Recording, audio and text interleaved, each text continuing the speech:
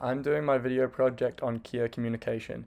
Kea are a species of New Zealand parrot, which are one of the 3 superspecies of parrots. They're relatively large and are notable for their complex social structure, inquisitiveness, and for being the world's only alpine parrot species. Kea live in the South Island of New Zealand, in the alpine areas of the Southern Alps mountain range, which runs down the island.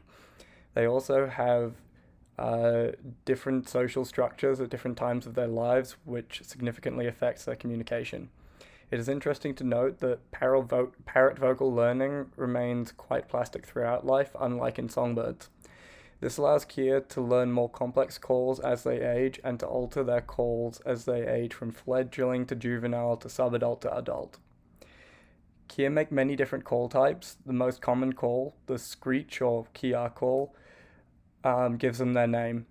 In the study I'm going to explore in detail, all 7 of these calls are analysed with reference to age, sex, preceding and replying call, to describe the vocal repertoire of wild kea and to see if kea show ontogenetic differences in call types. The researchers had the hypothesis that kea would show ontogenetic differences across all call types because of the fact that kea age slowly and have age-related social complexities. The researchers collected vocalization data with a microphone at Arthur's Pass National Park and Aoraki Mount Cook National Park. Over 20 hours of recordings were collected. A total of 2,884 calls that had low background noise and no overlapping calls from other birds were chosen for analysis with Raven Pro, a Cornell Lab of Ornithology program. All 7 call types, the chatter call, mew call, screech trill call, warble call, and the whistle call were analysed, some having more data and thus extrapolated results than others. Age, sex, and responses from other kea were included in the analysis. The results and implications for these results for each call are as follows. The chatter call was associated with foraging 43% of the time and flight 18% of the time, and it was never associated with alarm or agonistic behaviours. This led the researchers to believe that it was mainly associated with foraging behavior, which correlates with the fact that it is mainly seen in subadults, and this is an important age for learning foraging in a group in keas. It was also the only call that was shown to have a significant frequency difference between the sexes. This can be seen in the graph that I've included in the center, where it's shown that males use this chatter call around 20% of the time, and females use it around 13% of the time. The mew call was associated with foraging 69% of the time, and so the researchers also deemed it as a foraging call. However, it was mostly seen in single birds as a sort of vocal repetition and deemed non-communicatory as it was very quiet. It was seen mostly in subadults and fledglings. The next call analysed was the screech call, and this was deemed the most important communication contact call in kea. It is associated mainly with flight, especially at takeoff, but was also associated with broadcasting, which is where the kea were really not doing anything, they were inactive, and it was also associated with play, foraging, and agonistic behavior.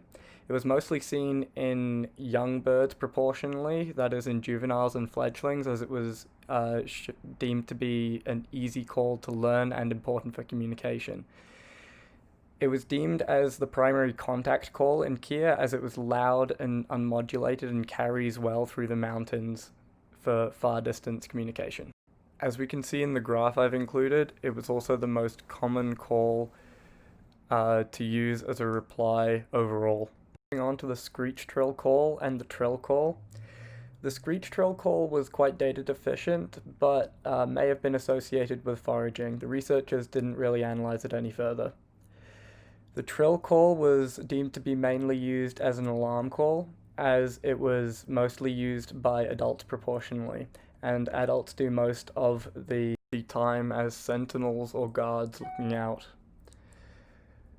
Also, there was high amount of individual variation between the trill calls, which might allow birds to distinguish between individuals that cry wolf on alarm calls often, for example cheetahs, and those that are honest signalers. Finally, we move on to the warble call and the whistle call. The warble call was mainly used during play and in young birds more than in older birds. It was primarily found to be used in subadults in play behavior. And then onto the final call, we have the whistle call, which was very data deficient, making up only 1% of the data gathered. It was found to have no age-based differences. This was the only call that was found to have no age-based differences. In summary, the research showed that almost all calls' usage was shown to vary with birds' age.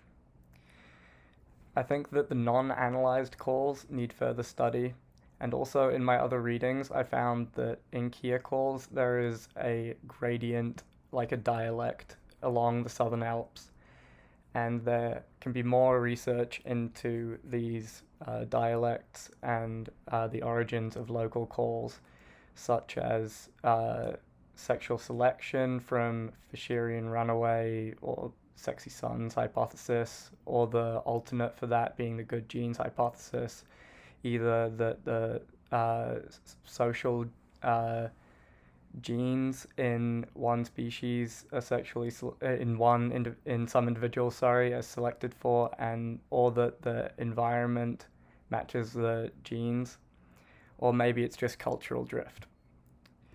Anyway, here are my references. Thank you.